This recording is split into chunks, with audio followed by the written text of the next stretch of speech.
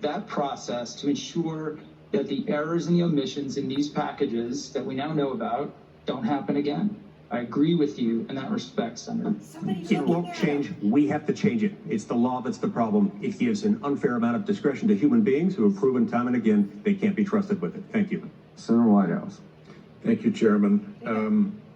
First of all, let me just... I'm Jillian Turner. We have been listening in on testimony from former Deputy Director of the FBI, Andy McCabe. He's talking to the Senate Judiciary Committee about his role in the 2016 to 2017 investigation called Crossfire Hurricane. That's when the FBI opened an active investigation into alleged ties between President Trump's then campaign and Russian government officials. Now, in this testimony so far, McCabe has been asked about a whole host of government officials, including Hillary Clinton, his former boss, James Comey. He was asked about Carter Page, but the heart of the matter in front of the committee today is really alleged abuse of the Foreign Intelligence Surveillance Court. That is known as the FISA court. I want to bring in the panel. Here with us today is Kennedy. Why didn't you notify the court of this new information? Is it because you wanted to continue to undermine the election of Donald Trump?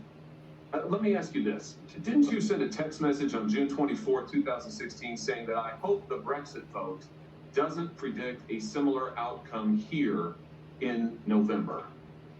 Okay, so I'd like to answer that. I'd like to answer your question, sir, but I'm going to need a little bit of space to get in a complete answer. Why did you answer that question? Why did you send that text message? I am, sir, as you know, I have not been able to review my texts. I do not have my texts in front of me here. I requested access to my materials. It was denied that access. So I'm not prepared to answer your questions based on my text messages. Oh, you don't recall them or you deny it? Here's what it says, quote, I hope it, meaning the Brexit vote, doesn't predict a similar outcome here in November, end quote, June 24, 2016. Do you deny sending that message? I don't know, sir. I haven't seen any of those text messages in over 4 years, and I'd like to be able to continue to. I'd like to give you a complete answer, but I'm having a hard time. When you speak over me, it cuts off my ability to respond. Well, why don't you answer my question? Do you have no memory of that text message? Is that what you're saying on June 24, 2016? Sir, I don't remember text messages I sent in 2016 that I haven't seen since then. So yes, I don't have a recollection of text messages from 4 years ago. That's correct. Yeah, very convenient. I noticed that everybody who comes... It would be much less convenient. It would have been really convenient to be able to review those materials before today. Including you, Mr. McCabe, is really extraordinary. Really extraordinary. Let me ask you about this text message. Peter Strzok sent this to Lisa Page on August 15, 2016. I want to believe the path that you threw out for consideration in Andy's office, that's you, that there's no way he gets elected, that's Trump. But I'm afraid we can't take that risk. I'd like an insurance policy in the unlikely event you die before you're 40. It's like an insurance policy in the unlikely event you die before you're 40. Why were you talking about the likely outcome of the election with two line agents who were working on a case, the Carter Page investigation at that time involving the president? Don't you think it's inappropriate? I think your question is, the premise of your question is not accurate. I don't recollect ever talking to Peter Strzok or Lisa Page, only one of whom is an agent in the FBI, about the election or about that conversation that is referenced in their text message, which I was not a part of. Okay, so you're saying that that didn't happen? You deny that happened? I don't recall that ever happening. Just before we leave the FISA warrant application that you signed, the renewal application, how is it that the court was so deliberately and disastrously misled such that it had to issue a public review to the FBI? Do you take responsibility? I disagree with your characterization that the court was deliberately misled. Oh, really? Yeah, that's correct. Do you think it was just an accident?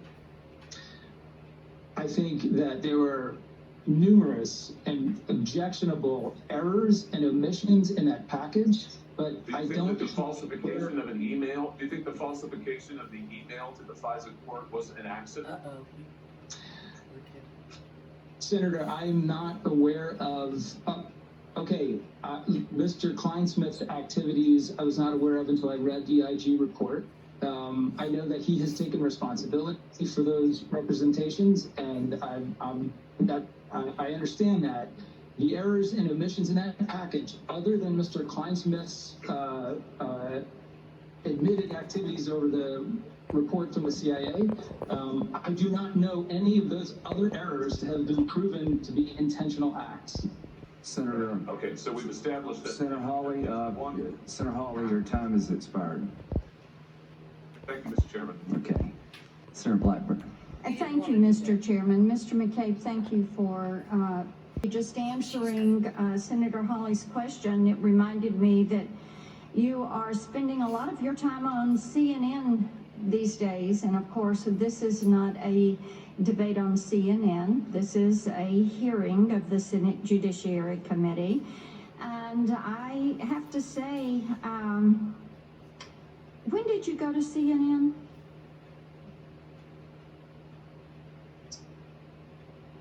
I'm sorry, was that a question of when Well, I'll answer it for you. Was it in August? Was it in 2019?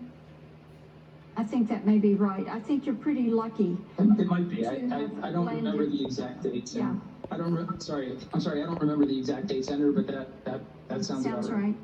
Yeah, I think you're pretty lucky to have landed a job pretty much anywhere after having been fired from the FBI, and I think that the IG publicly flogging you in his report, and the AG fired you a month later, and that was a pretty sad demise, I guess, of your career in public service. And you were set to retire at the tender young age of 49. Isn't that correct? No, ma'am. Okay. That's not correct. What is correct? FBI agents become eligible to retire when they reach age 50. Okay, all right.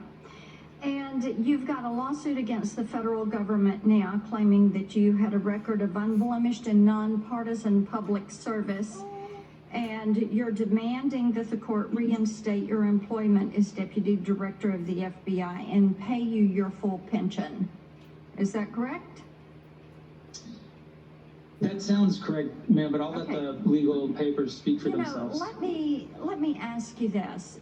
Listening to you today and having read some of the things around your career, how did you get caught up in such a web of deceit and obstruction and cover-up? And is this culture standard operating procedure at the FBI? Yep. Well, I'm not sure I understand the point of your question, but I also The point don't of my agree with question the is this. I'll characterization help of you the with culture it. at the FBI. Let me help you with that.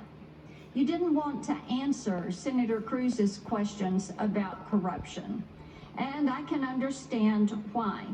But what you have to understand, that as overconfident as you all were in the plot that you were carrying out at the FBI in your government job paid for by taxpayer dollars, you all had created this web and culture of corruption and cover-up and obstruction, and you thought that you could do it. You thought you would be able to get by with it, but you got caught.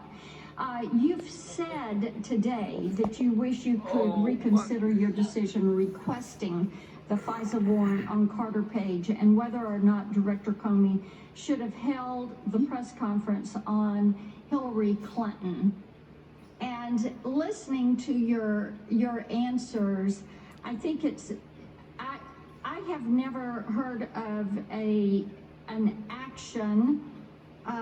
Every criminal I have heard in a case, Hillary is a criminal. They wish they hadn't committed the crime, or that someone who has done something wrong wishes they had not done that wrong. So you took these actions. You've been called out by the IG and the AG.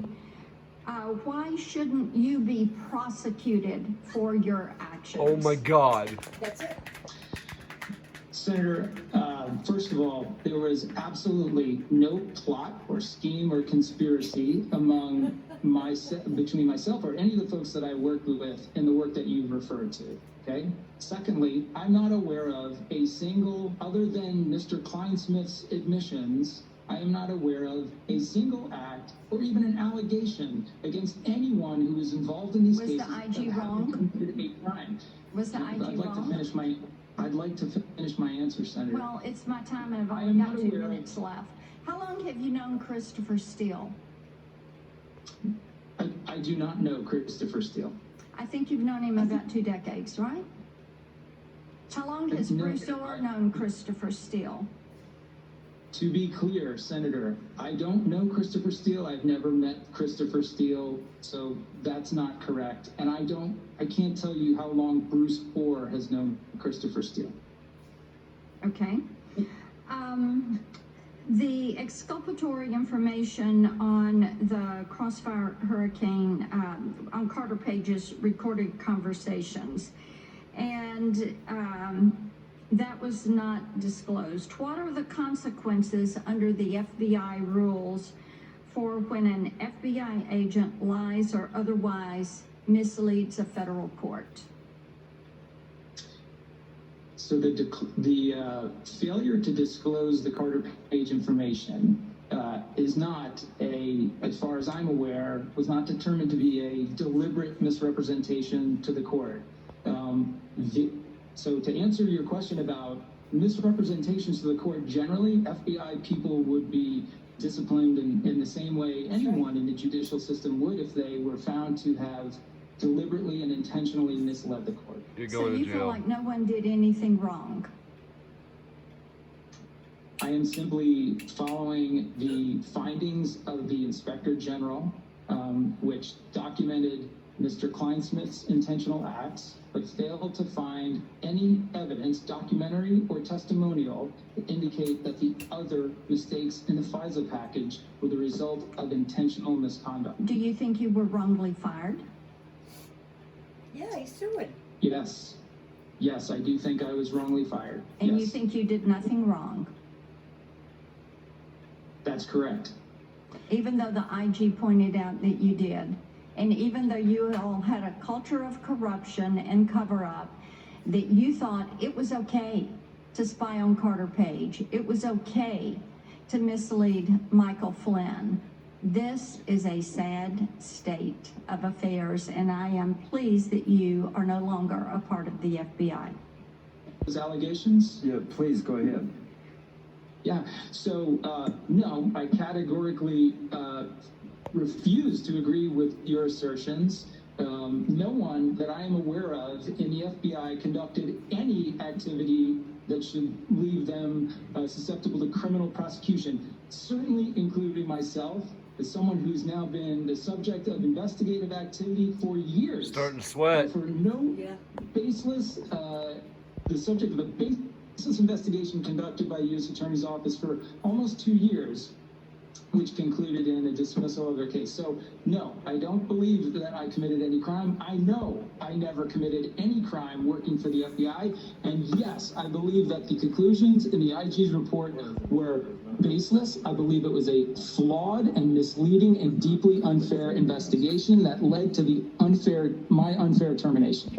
Well, Thank you. if you know nothing about what was done, and Yates and Rosenstein and Comey all said they knew nothing about any of this, how in the world did it get so far off track?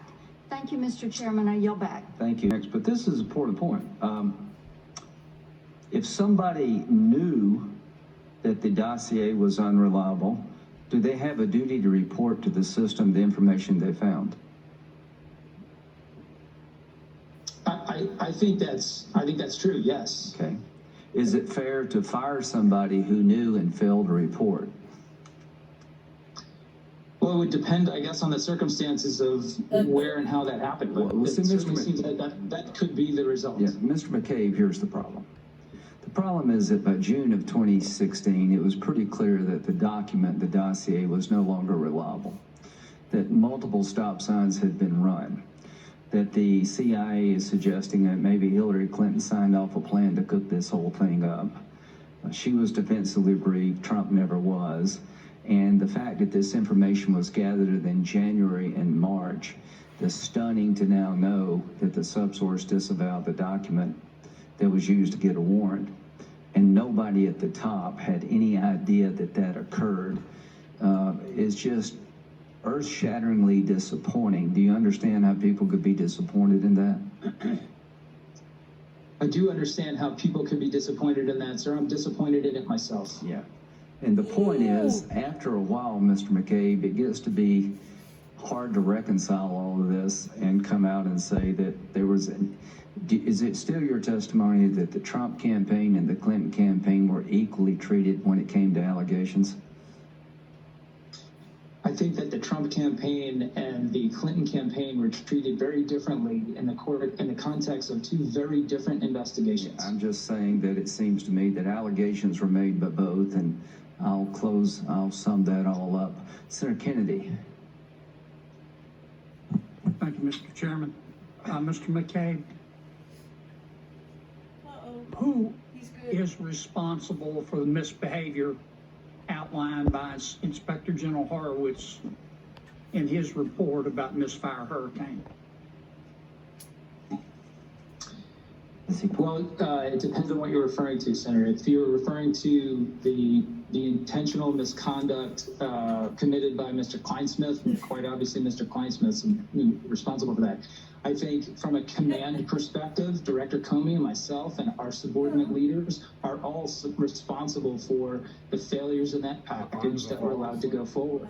But if you're asking me who's responsible for intentional misconduct beyond Mr. Kleinsmith's activity, I'm not aware that there's been a finding that others were engaged in intentional misconduct. While you were either director or acting director of the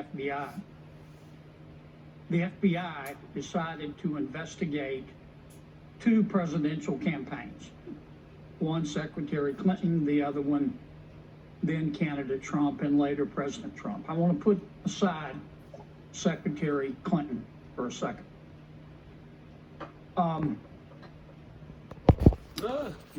When the FBI decided to investigate candidate Donald Trump,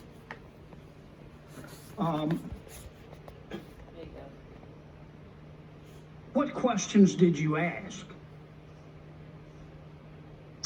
I mean, at some point somebody came to you and said, "Hey, Mr. Deputy Director, we're going to, just so you'll know, we're going to investigate the Republican nominee for President of the United States." You remember when you were told that? So if you're referring to our initiation of the Crossfire investigation, so the investigation of the Trump campaign, I do remember conversations at the end of July 2016. Okay, I'm not interested in the dates. Excuse me for interrupting. I apologize. Would it be fair to say that the Christopher Steele dossier was the keystone of the investigation? No, sir, that's not accurate. Oh, well, how important was it? What word would you use? It had no importance. We were not in possession of that information when we initiated the case. Okay, so you're telling me when you initiated the case, Christopher Steele's dossier had nothing to do with your decision to go forward? That's correct. That's your testimony today, under oath? It is. Okay. At some point, the Christopher Steele dossier became important, did it not? The Christopher Steele reporting came to us in the middle of September, and it became important to us at that time. Okay. Now, when you heard about the Christopher Steele dossier, did you did you ask to interview Mr. Steele? I mean, you're only investigating a candidate for President of the United States. After you've already investigated one, now you're on the second. Did you say, "Hey, I'm the deputy director here. I'm responsible. I want to talk to Christopher Steele"? Did you do that? I did not personally speak to Mr. Steele, but our investigative team traveled overseas. Why not? You're the deputy. This is what I don't understand about this whole thing, Mr. McCabe. You're the deputy director of the FBI. And your people have decided to investigate the Republican nominee for President of the United States after already investigating the Democratic nominee. And at least in part, at some point, it was based on the Chris Steele dossier. Now, you can run from that one, but you can't hide from it. Did you ever call your guys in, or gals, and say, hey, just a thought, I think I'd like to talk to Chris Steele to see how credible this guy is? Because you say you've never known him. Did you do that? Senator, in my entire experience of 21 years as an FBI agent, I am not aware of a single instance of a deputy director of the FBI interviewing a source. And Well, how I did many not nominees for President of the United States have you investigated? Pepper, fold up on your bed. I can't comment on that, sir. Now, but you're telling me at no point you ever sat down and said, wait a minute, guys, this is now all based or substantially based on Chris Steele. I want to talk to this cowboy. You never did that. That is not an accurate characterization of our investigation. That's what you And just said. You said you never talked to him. I'm not trying to put words in your mouth.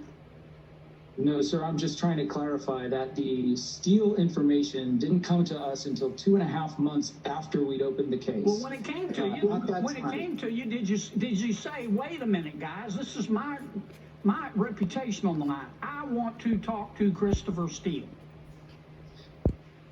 No, Senator, I sent my investigators to conduct the investigation. Do you know who? Do you know who Igor Danchenko is? I do not. You have no idea who that is, even today.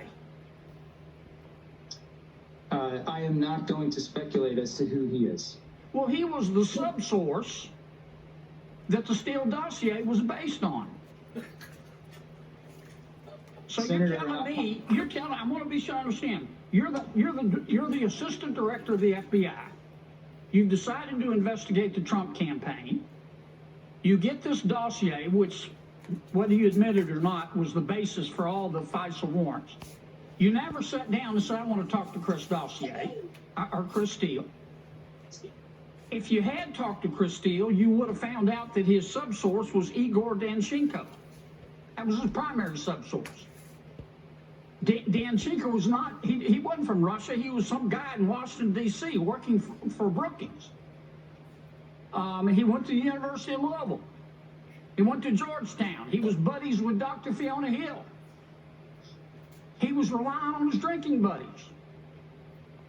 Why didn't all of you folks who are running this show say, wait a minute, this is all centered around Chris Steele. We better talk to Chris Steele, and we better talk to this guy, Danchenko. Senator, it's important that I get this out. So if you could give me just a second. Sure.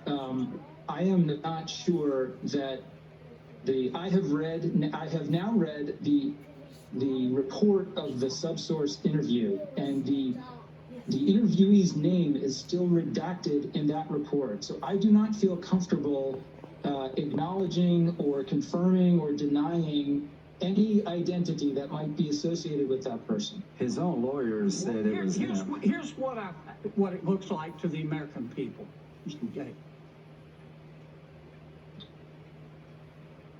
The FBI didn't even try here, the people making the decisions. You wanted to investigate Trump.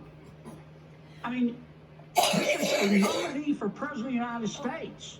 You've already investigated the other one and potentially screwed up her campaign. And so you get the Steele dossier. You don't sit down, you personally, and Comey, you don't talk to Chris Steele. You don't even ask questions about where he got his information. Had you done that, you would have found that he got it from Danchenko. Danchenko's a jellyhead. Okay, he doesn't know what he's talking about. And it all would have come apart. But you never looked. And it sort of looks like you didn't want to. Is that a question? Yes, sir. Yeah. So I can't possibly disagree more strongly with the way you framed that question. that while it is true that I never sat personally with Mr. Steele or any of his alleged sources, our team spent a great deal of effort interviewing him, interviewing other people that they thought were relevant, and trying to get to the bottom of the material that he provided.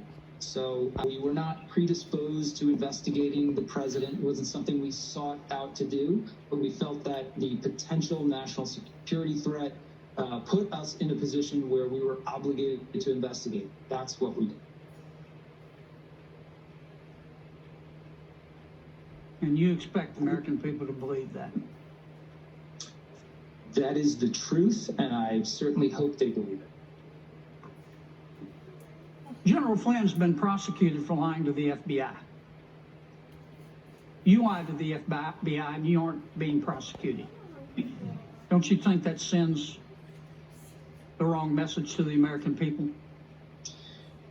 Senator, General Flynn's situation and mine have absolutely nothing in common. I never, ever intentionally misled the FBI or the IG under any circumstances. And I think that's probably the conclusion that the DC U.S. Attorney's Office came to when they dismissed the 2-year investigation of me. But you weren't fired for parking in the handicapped parking spot at the FBI, were you? You were fired for lying, were you not? I was fired as the result of a deeply unfair and flawed IG investigation, and I am challenging that termination in federal court. Okay. Last question. Do you have any idea, Mr. McCabe? I don't think Mr. Comey does. Do you have any idea how badly you and your colleagues have hurt the FBI? I mean, the premier law enforcement agency in all of human history.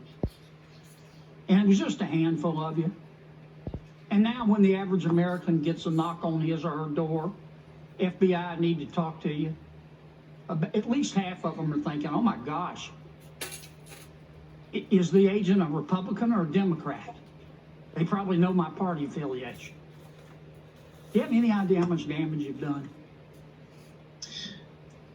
Sir, my colleagues and I never took any action to undermine our effectiveness, undermine our oath to this Constitution and the American people, and the work that we did for the FBI. I deeply regret how politicized the FBI has become in light of the rhetoric and the relentless attacks levied upon it over the last 4 years. And I have great faith that my former colleagues will continue to do their work and ignore those sort of baseless attacks. Well, at best, what you, Mr. Comey, and the others did, at worst, it was intentional. And I don't know what's in your head or your heart, but I can tell you what it looked like to the American people, at the very minimum. An incompetence tsunami. And they're thinking, how did these guys make it through the birth canal? That's all I got, Mr. Chairman. Thank you. Just to put a slowdown, because they had a bias. They really were in the tank when it came to Trump being a Russian agent. No matter what the evidence said, they were going after this guy because in their mind he wasn't worthy. Why did they not look at the allegations against candidate Clinton provided by the CIA? It would undercut the narrative. This wasn't an investigation that was unbiased. This was an investigation that was out of control. The people in charge of it were deeply biased. Their actions proved more than any direct evidence of their bias. Every time they had a moment to reflect, they moved forward. Every time exculpatory information was provided, they ignored it or altered it criminally. It's no accident to the Americans. It's no accident, in my view, that all this happened. This is not a series of random mistakes. This was a concerted effort to keep an investigation going that should have stopped, that should have slowed down. And what's the damage done? They manipulated the FISA court to keep a warrant process going that should have stopped months ago. They created a cloud over the FBI about political bias that lingers to this day. Lawyers are being prosecuted for manipulating evidence to keep a warrant application alive. They were told about information from the CIA that maybe this was all part of a political scheme of the opponent, they ignored it. They knew that the Christopher Steele dossier was suspect. They knew that the source was a prior suspected Russian agent, and they kept going and going and going. And they never at one moment gave President Trump a briefing that every other candidate should expect. If you think somebody in my office is doing something wrong, I would like for you to tell me so I can fix it. They weren't trying to protect Trump. They weren't trying to protect this campaign from foreign influence. They were trying to undercut the president. They were trying to keep an investigation going against a president, a candidate they despised. They had one standard for Trump, vastly different than that of candidate Clinton. And my Democratic colleagues say, let's move on. To this day, years later, I've yet to find one person who will take responsibility for manipulating the FISA court. I didn't know. If I knew then what I know now, I wouldn't have signed it. So who are we to blame? Is it somebody at the bottom of the pyramid who had all this exculpatory information, for some reason didn't share it? Is that what the system's come down to? Blaming somebody at the bottom? They take responsibility in name only. They don't seem to appreciate the gravity of damage done to the FBI and to the investigative process when they say, no, of course I wouldn't have signed that warrant. These are the people, Comey and McCabe, not Rosenstein and Yates, who are actually in charge of gathering the information. They're in charge of the investigative part of obtaining a FISA warrant. They gather the facts, and the lawyers at DOJ decide whether or not to pursue a warrant. The people in charge of this investigation were notified by the CIA that this may have been a plot cooked up by the Democratic candidate to blame Trump for being involved in Russia when he wasn't. They completely ignored it. And when they were hit hard by the facts that the dossier was a bunch of garbage, it just magically never made it up to their desk. Everything bad about Trump made it to their desk. Everything exculpatory about the Trump campaign never made it to their desk. How dumb do they think we are? This committee is not through. We're going to keep digging until we find out how dumb do they think the most we are? high-profile investigation of a candidate for president of the United States and eventually a sitting president was handled so poorly, and try to let the FISA court know that we take our job seriously. So we will continue this process. People need to be fired, and I think the criminality here needs to be looked at. I find it very difficult to believe that this exculpatory information was not withheld from the court on purpose. We know Kleinsmith changed exculpatory information. We caught him. There's somebody else out there that probably knows. The system rejected the exculpatory information. They just didn't ignore it. To be continued. Thank you. Committee questioning former FBI Deputy Director Andrew McCabe on the origins of the Russia investigation. Hello, everyone. I'm Dana Perino, and this is the Daily Briefing. More on McCabe in just a moment. But first, the fight over the election, and Attorney General William Barr has given the green light to the Justice Department to investigate allegations of voter fraud. That's as the Trump campaign continues to challenge election results, and as top Republicans say they are backing the president's fight. We have Team Fox coverage. Questioning former FBI Deputy Director Andrew McCabe on the origins of the Russia investigation. Hello, everyone. I'm Dana Perino, and this is the Daily Briefing. More on McCabe in just a moment. But first, the fight over the election, and Attorney General William Barr has given the green light to the Justice Department to investigate allegations of voter fraud. That's as the Trump campaign continues to challenge election results, and as top Republicans say they are backing the president's fight. We have Team Fox coverage.